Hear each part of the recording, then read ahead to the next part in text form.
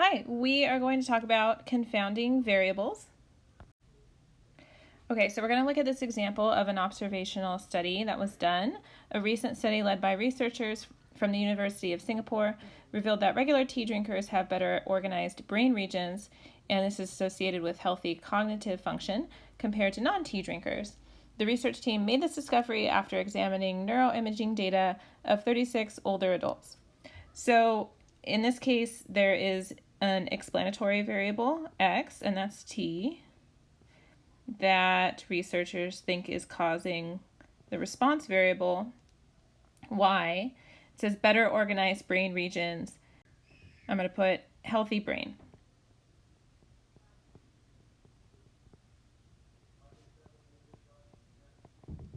So you could get a question that says something about explain how there could be a confounding variable in this study. So a confounding variable is a variable, we're going to call it z, that could actually be causing the response variable, the change in the response variable. In order for it to be a confounding variable, it can't just be any variable that causes the response variable. It has to also be associated with the explanatory variable that's given, in this case, t. So for now, I'm just going to ignore t and just think about what variables could affect your brain that could cause a healthier brain. So I'm thinking, again, I'm just ignoring t. I'm just going to start listing some variables that z, the confounding variable, could be. So let's say sleep, the amount of sleep a person gets, I think could, and you don't have to be a scientist, you don't have to think of something that for sure could cause a healthier brain. It just has to be something that's like reasonable. So I think sleep could cause, the amount of sleep a person gets could cause or could have an effect on someone's brain. I'm going to say exercise.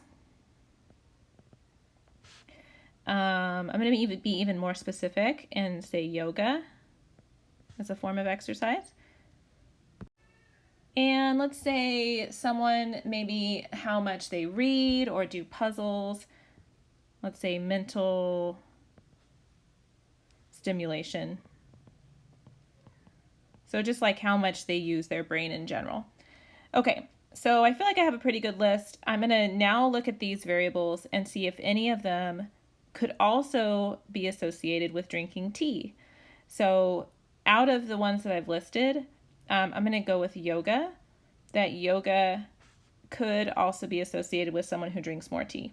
Okay, so now I'm going to write out how I would answer the question about how I've come up with a confounding variable and what that means.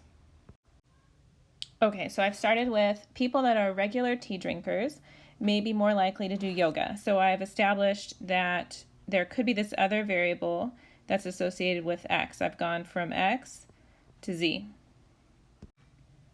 So now I put people that do yoga may have healthier cognitive function. So I've gone from x to z, and now I'm going from z to y. I'm kind of following that path. And then therefore, we don't know if drinking tea or doing yoga causes healthy cognitive function. So we're saying at the end, we're just concluding with that what we just said means that we can't tell which variable is causing the response variable. And again, you don't have to be an expert. It just has to be something that logically could make sense. Also, make sure you're saying like words like could be or maybe. You're not saying for sure this is the other variable. So you should basically be following this pattern.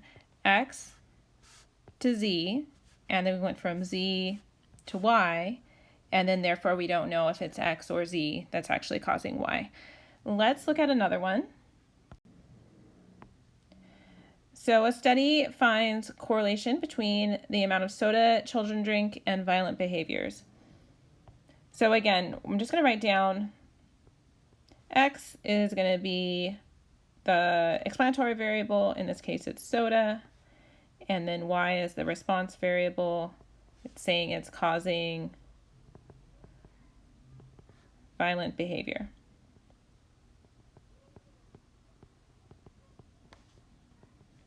Okay, so I'm going to think of some other variable z that's going to be the confounding variable that I'm going to explain. So I'm going to ignore soda. I'm just going to think of what else could cause violent behavior in children.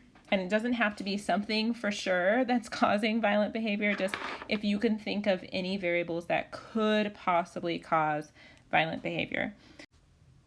How about the amount of supervision they have? I'm going to put parental supervision.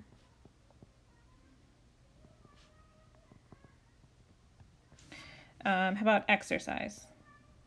So again, I'm just trying to think of something that could be associated with violent behavior in children. How much exercise they get, possibly, or if they're in sports.